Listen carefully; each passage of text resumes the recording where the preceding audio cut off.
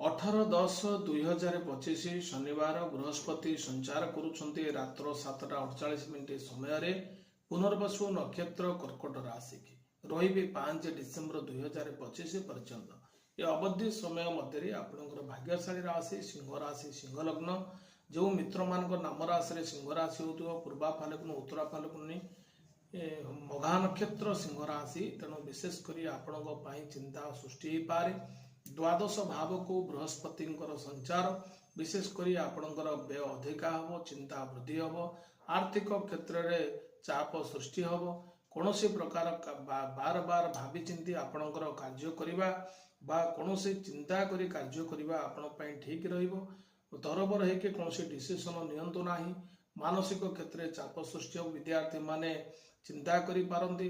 प्रेम संपर्क में कौन प्रकार समस्या सृष्टि हो बुझावणार समस्या रहिबो पति पत्नी कर्मक्षेत्र आर्थिक मानसिक पारिवारिक एवं राजनीति क्षेत्र में चिंता वृद्धि घटिबो कौन विषय वस्तु को लेकर बार बार समस्यार सम्मुखीन हो पारंती बंधु क्षेत्र में सम्मान समस्या सृष्टि हम दूरांतर यात्रा नहीं समस्या सृष्टि हम भूमि गृह